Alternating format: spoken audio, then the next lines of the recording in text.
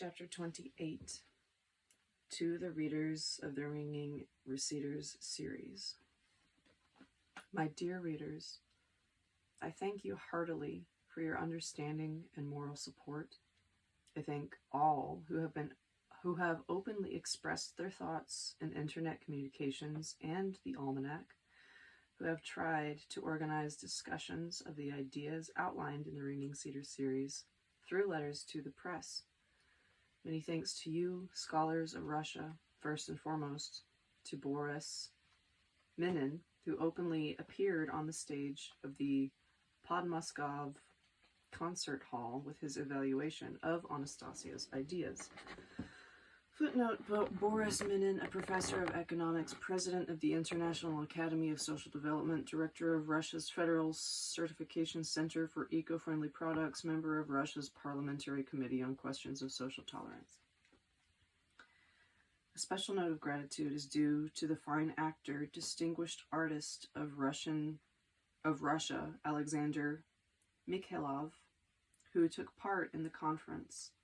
Footnote, Alexander Mikhailov, a popular Russian film and theater actor who appeared in several dozen films and received a number of awards, including Actor of the Year in 1982 and 85, as well as title of Distinguished Actor of Russia in 1992. My thanks to the economist Dr. Viktor Medikov, who has written a number of papers on his research of the ideas expressed in the books, and to Anatoly Eryomenko, active member of the Academy of Pedagogical Sciences, for his marvelous poetry. Footnote, Viktor Medikov, professor of economics, member of the Russian State Duma Parliament for 2 consecutive terms, from 93 to 99, author of several books on Russia's new national idea of Kin's domains. He has founded a Kin's Domain Academy to collect and disseminate information on the establishment of family domains. He was one of the first political figures in Russia to lead by example and set up his own domain in an eco-settlement of some 150 miles east of Moscow. Here's a poem from Anatoly Eryomenko. To a deity. Age, health, and sloth, all notwithstanding, here I am before you on one knee bending, simply 'cause I've seen you from far, life's renown, a deity you are. Instantly you scattered all illusions, rising from the dark forces' sly intrusions. Your depiction of a future bright helped me banish sorrow's fearsome night. And you I see man's true being ascending, possibly another age's ending, where my granddaughters, just like a muse, will embody you and your bright views. Though at heart I quietly resist every time you need to say I exist, 'tis no sin to talk of your appearing in places where others might be hearing. Therefore I send from my heart a gleam, rays of warmth to you, my living dream, and in nighttime vision or tomorrow, in the taiga, I shall see your shadow. Poem number 2, to the elders of Russia. Oh, you wise-hearted elders of Russia, have you nothing to lone hearts to say? For the blue eyes that grow ever lusher will still shine o'er the world with their ray. They will awaken dull tribes and refresh them with humanity's flourishing wave. If there's no other means of expression, a tall cedar to chips she will shave, and in secret will give them, like manna, to all people eternity bound, and will call us with this unknown manna to the place where our future is found. With our knees now already unbended, and our backs straightened tall and so proud, all our worries and idle contentment we forsake not tomorrow, but now. Let us still hear the voice of the ages that has whispered to us as a friend, you are singular children of nature.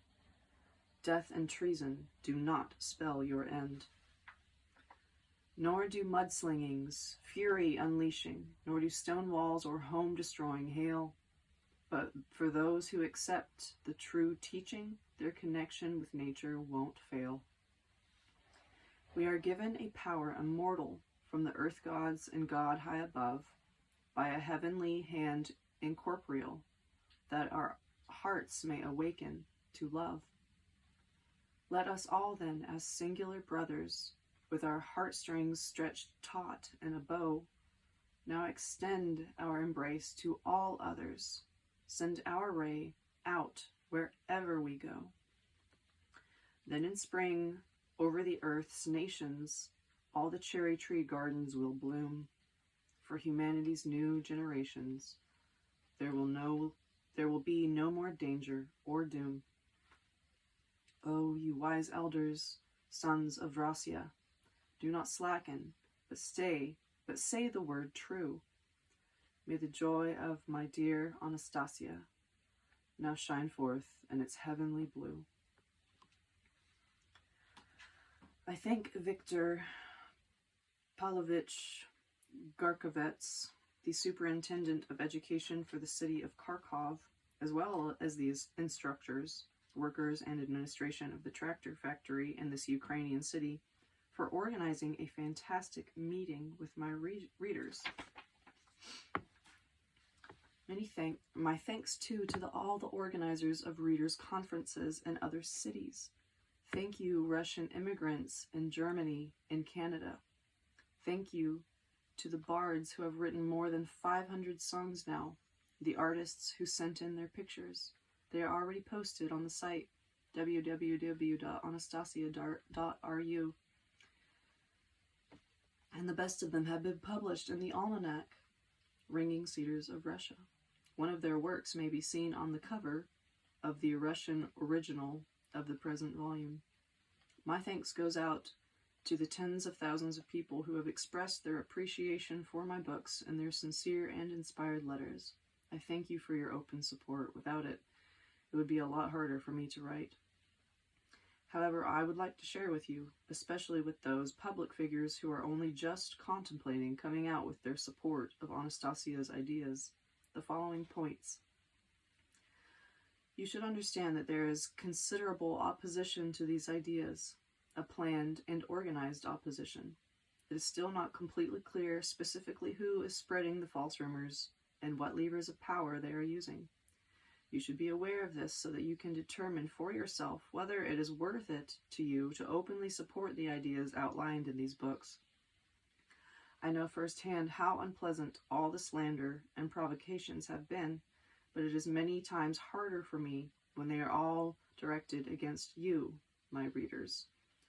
All the more so when they are personalized and intensive, as, for example, the attacks against the children and teachers of Shetinin's school. I wouldn't want any others to be subjected to similar attacks. I am not merely convinced, I now know for absolute certain that the ideas outlined by Anastasia are irreproachable. Their materialization can, of course, be temporarily held back, but they will still be revived in human beings with the ever-increasing force. From where I stand, the most vital and important steps required today are the following. First, organization of schools, courses, and seminars at the local level. It is vital to adapt general designs of family domains and communities to specific locales. You need to study the healing properties of herbs and plants growing in your particular area. You need to know exactly which vegetables and fruits will grow under natural conditions in your climate. You need to prepare working designs specified down to the minutest detail for your family domains and communities. Second, you need to bring in specialists who have a good understanding of what is happening and plug them into work on creating a program of development for the Russian Federation. This should be a universal program capable of solving all the problems of orphans, refugees, and low-income families through the idea of establishing Ken's domains. The security and well-being of each family will ensure the security and well-being of the nation as a whole. It is vital to flesh out the details of your dream. Then it will most certainly come true. Let every person do as much as they can along this line, starting from their own resources. We should see the birth of dozens, hundreds of designs for Ken's domains and communities, designs for the economic, ecological, and spiritual development of individual regions and the whole nation. You know, when I first saw Anastasia, she was standing on the shore of the Siberian River Ob. She was wearing an old long skirt and a quilted jacket with a kerchief on her head and rubber galoshes over her bare feet. This taiga recluse looked like an unassuming and lonely woman. But today I have the impression that it was our Rasia that was standing there in the Siberian wilds with rubber galoshes over her bare feet. It was our dream of the future that was standing there so lonely on the deserted Siberian riverbank. But now, it is within us. And the time will most certainly come when our dream will stride openly and free in a beautiful ball gown across all of Russia, and not just across Russia. The greatest energy in this dream is the energy of life. To be continued.